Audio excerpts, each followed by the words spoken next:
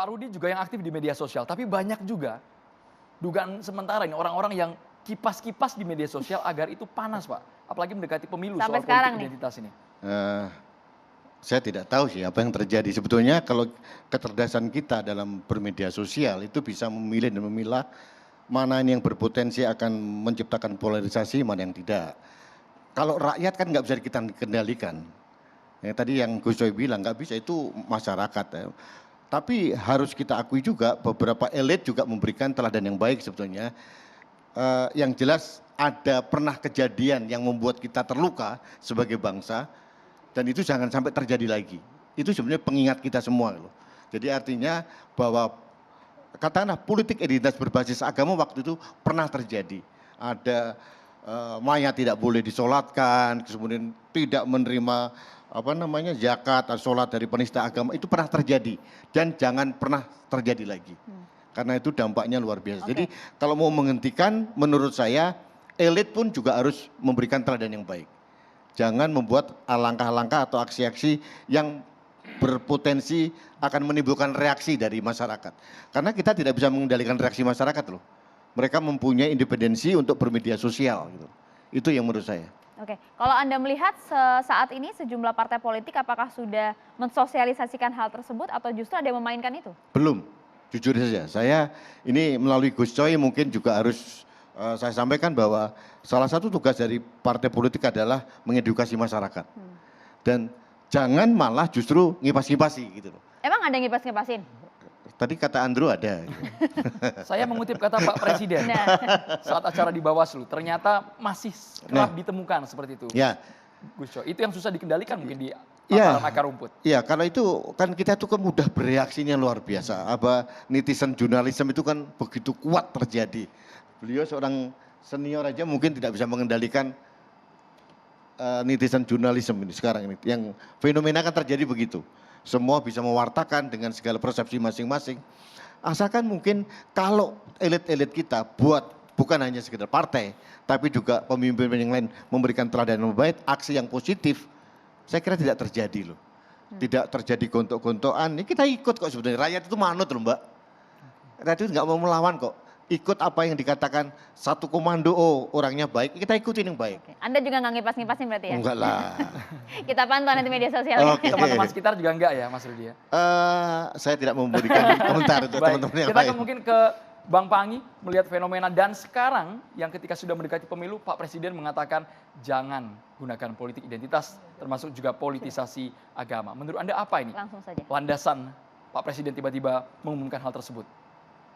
Ya, Mas Andro, Assalamualaikum, salam sejahtera bagi kita semua, Om Swastiastu, Namo Buddhaya, salam kebajikan. Saya hormati ada Bang Panda, kemudian Mas Rudi, kemudian Gus Coy, orang tua-tua saya semua di sini. Pertama begini, Mas Andro, Mbak Ria, bicara tentang identitas agama, saya paling sensitif, paling takut ngomong itu. Maka kalau lihat statement saya sebagai pengamat itu bicara agama itu kadang-kadang kalau wartawan nanya sama saya udah saya menghindar aja. Karena itu ibarat semaku buka kotak Pandora, ibarat air yang muter tinggal menunggu gulungan pusarannya ke bawah aja gitu. Jadi sangat sensitif yang dibilang oleh Pak Jokowi gitu. Jadi sangat berbahaya memang dan tidak hanya soal keterbelahan dan merusak tenun kebangsaan, tapi jauh daripada itu ada potensi itu. Yang kedua gini Mas Andro, kita bicara politik identitas. Saya datang ke sini Voxpol itu adalah identitas, partai politik ada identitas, ulama adalah identitas, kemudian ada sipil, ada militer itu identitas. Termasuk apa yang kita lihat hari ini, kita lihat NU, Muhammadiyah itu identitas. Nah, yang kedua begini, alasan orang memilih ada 4 faktor ya. Kalau dalam kita kaji dalam pendekatan alasan orang memilih, itu 4 faktor itu pertama adalah kedekatan secara ideologi. Nah, kalau kita lihat kedekatan secara ideologi, orang memilih kalau baca jurnalnya Electoral Studies itu bahwa orang memilih bukan hanya sebatas karena kedekatan kanan atau kiri ideologi, tapi tidak hanya karena sebatas kesamaan agama yang dianut, tapi juga setelah itu mereka memilih karena bantuan sembako dan ada juga persoalan uang dan seterusnya. Nah, ketika bicara tentang ideologi di Indonesia, kapan politik identitas itu selesai? kalau partai ID kita tinggi, orang merasa dekat dengan partainya baik secara ideologi maupun secara psikologi. Nah kalau misalnya partai ID kita 13,2% tadi naik, maka politik identitas itu nggak ngefek sebetulnya, nggak ngaruh. Saya kasih contoh misalnya begini. Sumatera Barat dengan NTT misalnya, ini kan dua blok ideologis yang kelihatan seperti dibenturkan. Nasionalis dengan kelompok Islam religius. Nah ketika ada isu yang dibilang Bang Panda tadi kan, itu kepentingan politik transaksional jalan. Ini karena pemilih kita tidak merasa dekat dengan partainya, dan jangka pendek hubungan partai dengan pemilih. Nah isu-isu yang seperti ini jadi. Makanya ketika kalau nggak milih Pak Jokowi, kalau milih Pak Jokowi nggak disolatkan. Kemudian ada ancaman khilafah misalnya, kalau di NTT. Kemudian di Sumatera Barat, oh ini PKI. Kemudian muncul lagi di NTT, oh ini bahaya, ancaman radikal dan seterusnya. Nah ketika isu itu dibenturkan di blok ideologis nasionalis tadi, kelihatan bahwa isu itu kemudian sesuai dengan selera segmen pemilih, gitu. Dan ini jadi transaksional gitu, untuk kebutuhan elektoral tadi, sehingga isu-isu tadi kelihatan memblok secara ideologis. Artinya apa faktanya Bang Panda? Kita lihat ya suara Pak Jokowi dengan program beliau yang datang ke Sumatera Barat, begitu besar program yang beliau berikan. Begitu juga beliau datang ke NTT, programnya begitu besar juga. Tapi lihat hasil suaranya. Pak Prabowo, ya maksudnya Pak Prabowo justru 88% di Sumatera Barat. Pak Jokowi 90% di NTT. Dengan program yang sama, dengan bantuan yang banyak, sering bolak-balik ke Sumatera Barat. Tapi hasilnya tetap mereka punya identitas sebetulnya yang tidak mengubah pilihan mereka dengan strategi yang begitu luar biasa, dengan bantuan yang begitu luar biasa, dengan kerja keras yang begitu luar biasa ke Sumatera Barat, tapi tidak mengubah hasil. Tetap aja perolehan suaranya segitu. Tapi kan harus rasional nah, juga. Dan Bang begitu Pangi. juga begitu juga ketika Pak Prabowo ke Jawa Tengah gitu. Itu dengan strategi yang luar biasa, dengan bantuan yang luar biasa, bolak-balik ke Jawa Tengah, itu tidak mengubah keadaan gitu. Tetap aja hasilnya tidak berbanding lurus antara usaha dengan hasil. Bang Nah, Pangi. itu yang menarik sebetulnya. Ya, tapi kalau Anda lihat untuk saat ini, psikologis pemilih kita seperti apa? Masih kemakan nggak sih hal-hal semacam ini tuh? Nah begini Mbak Maria, kemakan atau tidak kemakan itu kembali bahwa alasan pemilih yang kita lebih banyak memang alasan pemilih sosiologis itu dominan, memang ada 40% Gus Coy. Jadi itu yang preferensi politik yang dangkal tadi, yang lemah pada masyarakat kita level bawah. Mereka mudah memilih karena basis sosiologis tadi. Padahal kan basis pemilih psikologis, ganteng, tegas, kemudian rasional, prestasi, itu banyak alasan mereka untuk memilih. Tapi di Indonesia cenderung memang pemilih kita masih basis sosiologisnya masih dominan. Nah ini yang kemudian menurut saya ada juga alasan orang persamaan kepentingan juga harus dicari. Nah alasan program-program tadi yang banyak diberikan kepada masyarakat juga bisa menjadi alasan sebetulnya. Jadi tidak hanya faktor ideologi, tapi ada alasan kandidat. Center pengaruh kandidat itu juga harus besar. Jadi 3-4 alasan tadi adalah pengaruh ideologi, yang kedua adalah alasan program atau persamaan kepentingan, kemudian personalisasi isu, yang terakhir adalah soal kandidat. Kandidat yang akan mereka pilih itu seperti apa. Nah, kalau bicara tentang tadi konteks yang menarik sebetulnya adalah polarisasi isu. Nah, polarisasi isu yang kemudian dibenturkan dengan sesuai dengan blok ideologis tadi, kemudian yang frekuensi politik kelas yang lemah, dangkal, partai ID-nya juga rendah, frekuensi politiknya juga lemah, ini yang kemakan sebetulnya.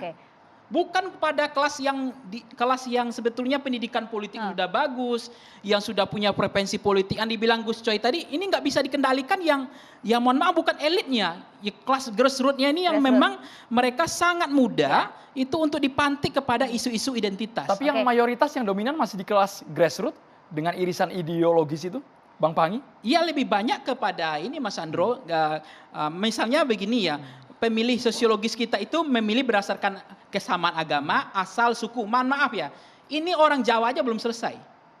Misalnya begini, alasan memilih presiden menurut pandangan Ibu Bapak, boleh nggak orang di luar Jawa bisa menjadi calon presiden?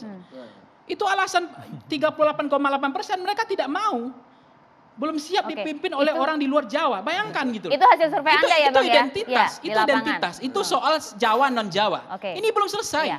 Partai Nah, melihat yang sama ini tidak, Gus belum Coy? yang lain ya. Ini kalau soal identitas agama bahwa Pancasila yang Oke. dibilang oleh Bang Panda tadi, saya clear bahwa Indonesia tuntas soal itu Oh. gitu.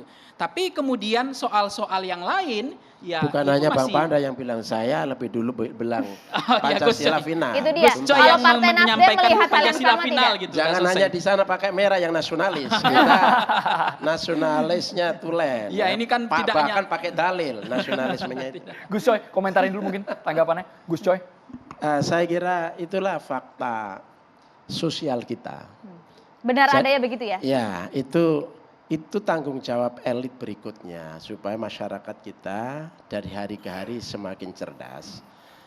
Dan selain itu juga memang ada elit tapi non politik.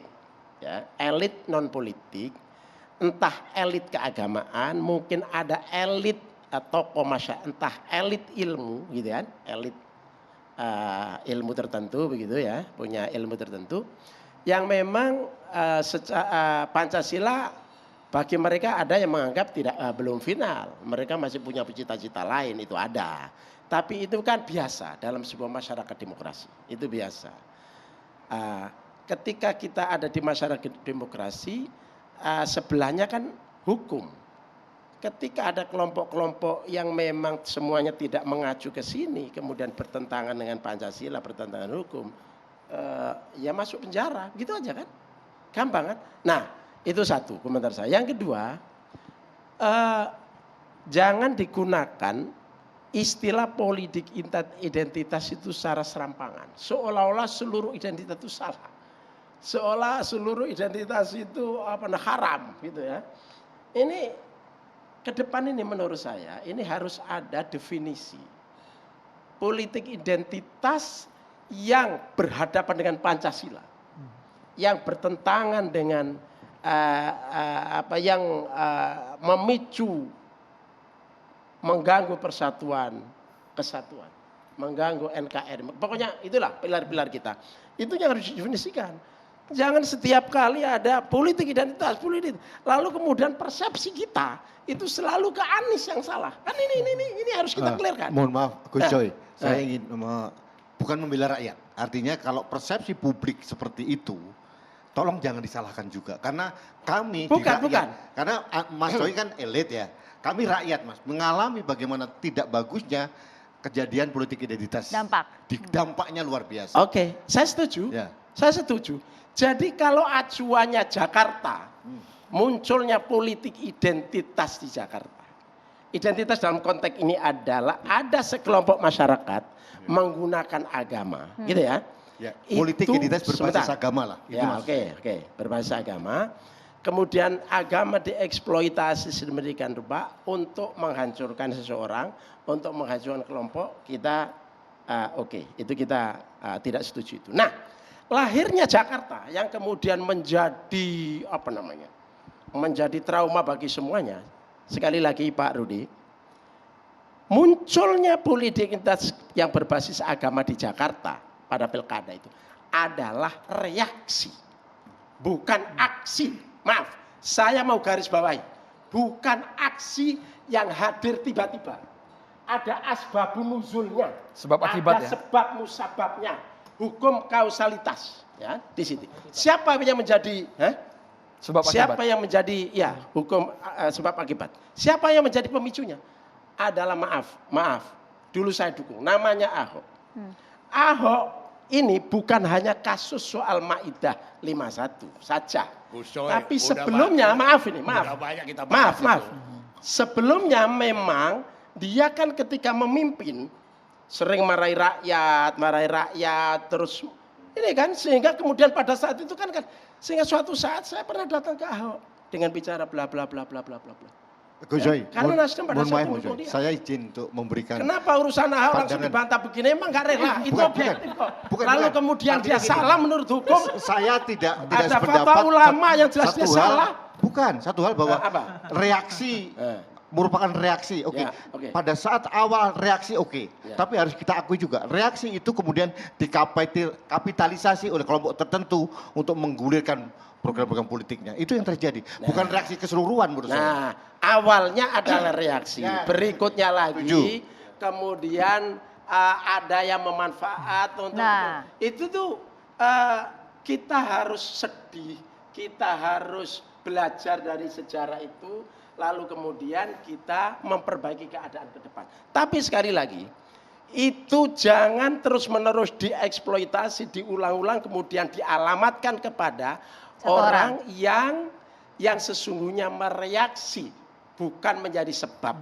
Atau figur ya yang memperoleh manfaat, dalam konteks ini Anies lah, kira-kira begitu. Memperoleh manfaat dari sini, tapi sesungguhnya bukan dia sendiri yang melakukan narasi tentang keagamaan. Oke. Tentang identitas keagamaan. Gus Di Coy. sini harus dipisahkan. Ya, Ya, Gus Coy, kalau harus kita lihat dipisahkan. mengapa kemudian Gus Coy menyatakan hal ini dengan begitu emosional? Apakah Bukan kemudian emosi. memang Begitu banyak hal yang Bukan, Nah, itu. bukan. Karena begini, saya ingin merespon publik yang terkait dengan ini. Itu seolah-olah berlebihan, tidak ada hentinya, terus menerus. Begitu banyakkah tuduhan ke Anies Baswedan? Lah ya. Jangan dijawab dulu, usai jeda Iya, sesaat lagi. semuanya Tetap di diarahkan ke catatan situ. demokrasi.